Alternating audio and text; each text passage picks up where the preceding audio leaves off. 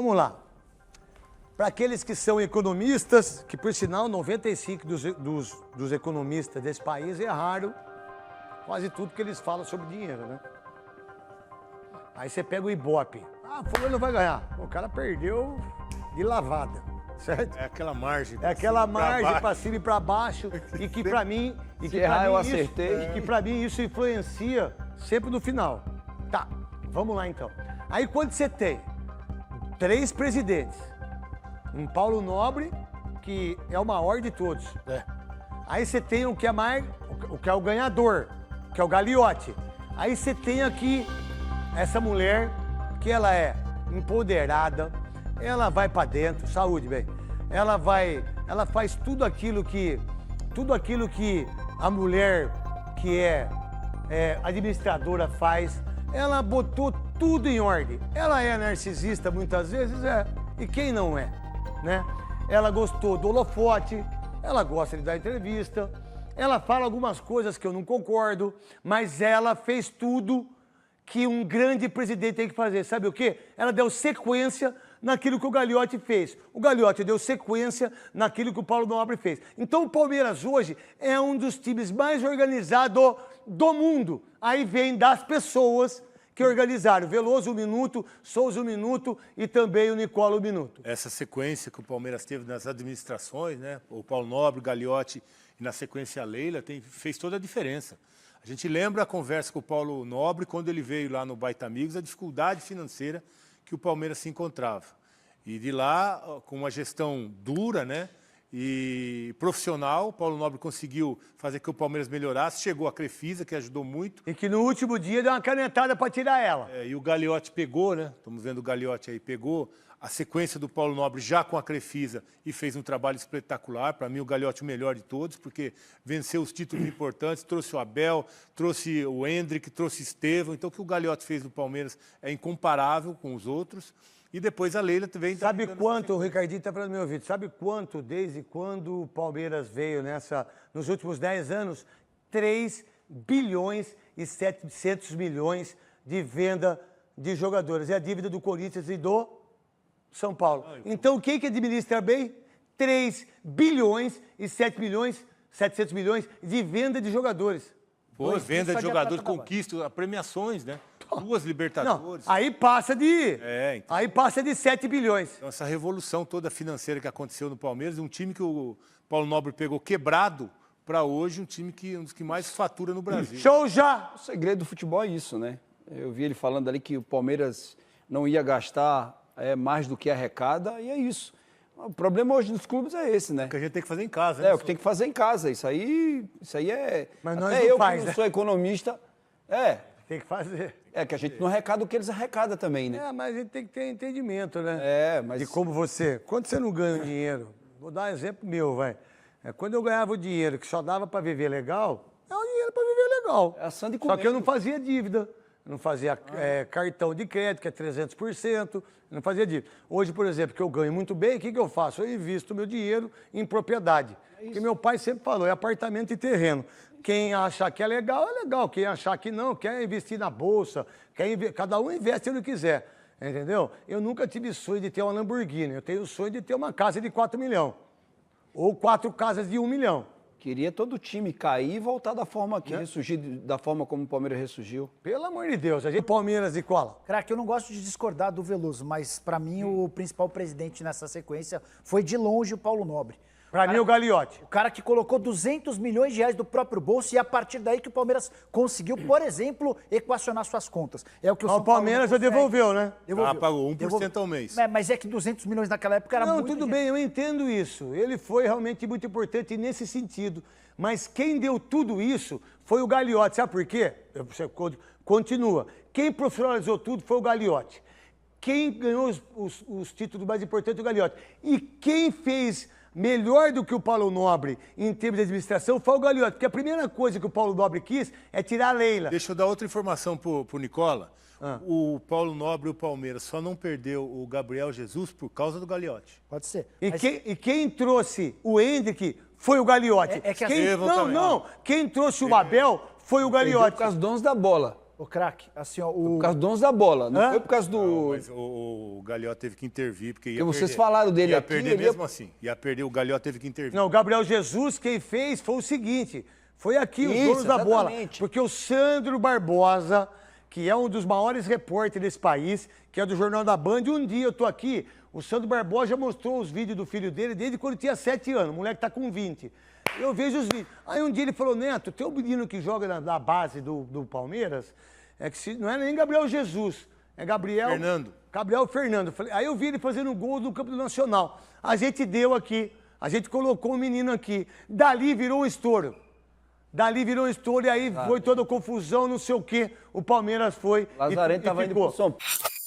Piperno, olha isso aqui, ó. Eu tava falando do time do Palmeiras, que é um time no papel, que é uma seleção, e aí se comprova. Gustavo Gomes, seleção do Paraguai. Piquerez, Facundo e Martínez, seleção uruguaia. Rio, seleção da Colômbia. O Everton e Estevão, seleção brasileira. Né? E isso ainda tem Vitor Roque e Paulinho, que foram as contratações mais caras da história aí do futebol brasileiro. Felipe Anderson, também já foi convocado. Giai, 40 milhões de reais. Maurício, 60 milhões de reais. Cara, é um timaço. Mesmo perdendo o Estevão, é um time que tem que brigar por tudo. E aí que é o meu questionamento, porque brigar por tudo briga, Piperno. É um time competitivo, mas é um time que pode jogar bem em 90% dos jogos, né, Piperno? Então, aí está o negócio. Se você que gosta muito de números, de valores exorbitantes e tal, eu vou dar um para brilhar os seus olhos e tal. Se você juntar o Vitor Roque e o Paulinho, o Facundo, o Maurício e o Flaco Lopes, dá mais de 80 milhões de euros. Aí você pode fazer a conta aí que você vai adorar isso aí. Então, veja, é um elenco muito caro. Então, o padrão médio de atuações tem que ser o de ontem. Não é para ser o que vinha sendo em 2025. Repito, em 2025 o Palmeiras vinha jogando mal. Eu até entendo que de um mês para cá, mais ou menos, porque também veio lá de uma pré-temporada mal feita, o Abel inteligentemente rodou bastante o elenco, utilizou vários garotos da base, mas de algum tempo para cá, então, defensivamente melhorou muito. Palmeiras não sofreu defensivamente naquele jogo em que venceu com o pênalti absurdo lá contra o São Paulo. Nos 2 jogos contra o Corinthians se incomodou muito pouco. Palmeiras lá no Peru tomou 2 gols em 2 chutes de fora da área, mas também permitiu pouca coisa ao time peruano de dentro da área do Palmeiras, contra o Cerro Porteño, idem. Então, defensivamente, o time passou a sofrer pouco. Isso é uma virtude, até porque também foi um meio-campo e uma defesa ajustados. Agora, a defesa tem sido bastante modificada por uma série de contusões e também zagueiros que chegaram. O Piquerez, voltando, deu uma muito mais qualidade. Aliás, houve um tempo no Palmeiras que se dizia que o Vanderlan podia tomar o lugar dele. Mas, enfim, isso já fica para a parte folclórica da coisa. Agora, a gente espera, a gente tem expectativa maior também em relação a alguns jogadores. Eu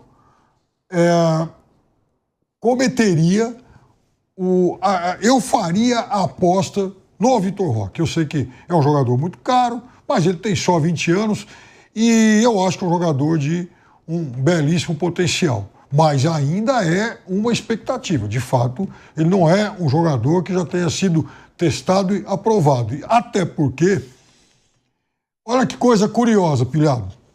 Nessa temporada aqui, pelo Real Madrid, o Endrick ficou em campo por 573 minutos. Fez 7 gols, dá um gol a cada 79 minutos e, por sinal, o artilheiro do Real Madrid na Copa do Rei. Tem 5 gols. O Vitor Roque já tem, jogando pelo Palmeiras, 2 minutos a mais que o Endrick pelo Real Madrid. É um negócio, é uma comparação, por enquanto, absurda. Mas, de qualquer forma, está tudo muito cedo, o garoto chegou agora. Repito, é um investimento que eu faria, porque eu acho que pode se tornar um ótimo jogador. Agora, então, o que tem que ser cobrado é o padrão de atuações de ontem. Mas, Piperno, vale 25 milhões e 500 mil euros? Essa é minha dúvida. Investimento eu também faria. Tudo indica que esse garoto ainda vai jogar muita bola. Mas 25 milhões e 500 mil euros, você não acha que foi um exagero o valor? O Bruno sempre fala que acha os valores do Brasil muito exagerados. Você investiria esse valor no Vitor Roque, 25 milhões e 500 mil euros. Eu acho que o Palmeiras, eu não sei por que criou-se aí o fetiche pelo 9, tem que arrumar um 9 a qualquer custo e tal. Eu acho que ele foi uma boa oportunidade. Foi um jogador caro, é verdade, se esperasse mais, talvez viesse por menos, mas também a necessidade do Palmeiras. Era urgente, Libertadores começando e tal, daqui a pouco Mundial, enfim, já tem, e no meio já o Campeonato Brasileiro. Então, assim, veja, é um investimento muito alto, mas hoje também dá para o Palmeiras fazer.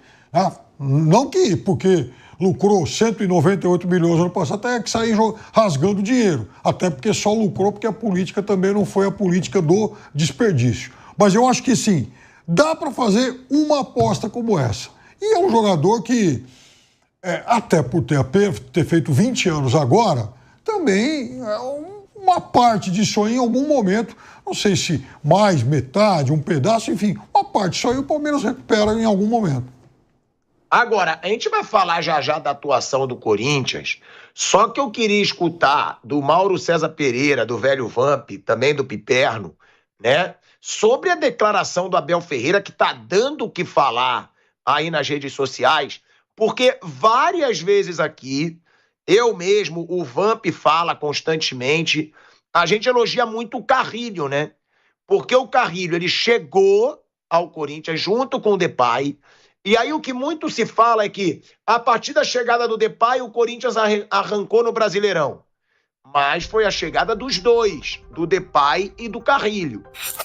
Galera, que história incrível a do Palmeiras, né? Tudo começou com o Paulo Nobre, que tirou o clube do fundo do poço com uma gestão dura e profissional, colocando até dinheiro do próprio bolso. Ele reestruturou a base, trouxe o João Paulo Sampaio e pavimentou o caminho. Aí veio o Gagliotti, que para muitos é o grande maestro dessa orquestra.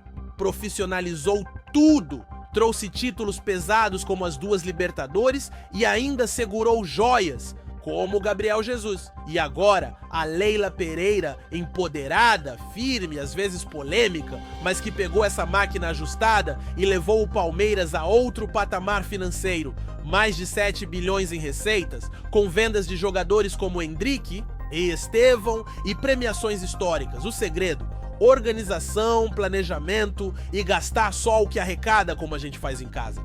É uma lição para qualquer clube. Com gestão séria, o Palmeiras virou referência mundial. E o futuro? Com contratações como Vitor Roque e Facundo Torres, o Verdão tá montando um timaço para brigar por tudo? Então bora torcer e ficar de olho! Se você curtiu essa análise e quer mais conteúdos quentes sobre futebol, táticas, bastidores e tudo que rola no mundo da bola, não esquece de se inscrever na TV Cartola. Ativa o sininho, deixa aquele like maroto e compartilha com a galera. Vem com a gente para ficar por dentro de tudo que tá bombando no futebol brasileiro e mundial.